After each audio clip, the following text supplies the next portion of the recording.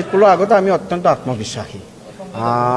আমাৰ আজি প্ৰশিক্ষণবৰ্গ হৈ আছে, তাত সদায় এটা কথা কোৱা হৈছে যে পাৰ্টি যি সদায় সংগঠন আধাৰিত, সংগঠনৰ কাৰ্যকৰ্তা আধাৰিত আৰু কাৰ্যকৰ্তা আইডিঅলজি আধাৰিত। গতিকে আমাৰ পাৰ্টিয়ে আমি এই বিষয়ত আমি আগৰ পৰাই কাম কৰি আছোঁ। 2016 চনত আমাৰ চৰকাৰ হোৱাৰ দিনাখনৰ পৰাই আমি ৰাজনৈতিকভাৱে সাংগঠনিকভাৱে কাম কৰি আছোঁ আৰু এক্সিট পোল হোৱাৰ বহু আগৰ পৰাই আমি অত্যন্ত আত্মবিশ্বাসী আৰু আমি সদায় কৈ আহিছোঁ যে সৰ্বকালৰ ৰাজনৈতিক অভিলেখ হয়তো ভংগ কৰি এবাৰ অসমত আমি চৰকাৰ গঠন কৰিম আৰু এই ক্ষেত্ৰত আমাৰ কোনো ধৰণৰ সন্দেহ নাই।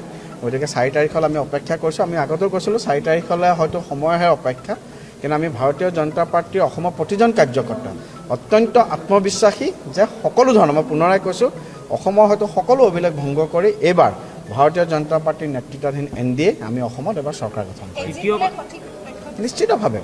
নিশ্চিতভাৱে মই পুনৰাই কৈছোঁ যে এক্সিট পোল হোৱাৰ বহু আগতে আমিতো প্ৰত্যেকজন কাৰ্যকৰ্তা আমি আত্মবিশ্বাসী আছিলোঁ।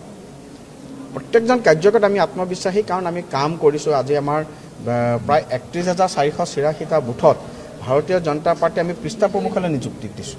4 লাখৰ ওপৰত আমাৰ পৃষ্ঠা প্ৰমুখ, আমাৰ সংগঠন আধাৰিত আমাৰ যি আমাৰ সংগঠনৰ ওপৰত বেছ কৰি পেলাই আমাৰ যি কাৰ্য, আৰু তাৰ লগে লগে মাননীয় মোদী ডাঙৰীয়াৰ নেতৃত্বাধীন কেন্দ্ৰীয় চৰকাৰ আৰু ডক্টৰ হিমন্ত বিশ্ব শৰ্মা ডাঙৰীয়াৰ নেতৃত্বাধীন চৰকাৰৰ প্ৰত্যেকটো কাম কাজে ভাৰতীয় জনতা পাৰ্টীৰ প্ৰত্যেকজন কাৰ্যকৰ্তা আৰু প্ৰত্যেকজন কেণ্ডিডেটৰ কাম অত্যন্ত সহজ কৰি ৰাখিছে। আৰু এইবাৰতো ৰাইজে ভাৰতীয় জনতা পাৰ্টীৰ কাৰণে ইলেকশ্যন খেলিছে যেন মোৰ অনুভৱ হৈছে। বিশেষকৈ নিউ গুৱাহাটীতো ৰাইজে আমাক আগুৱাই লৈ গৈছে।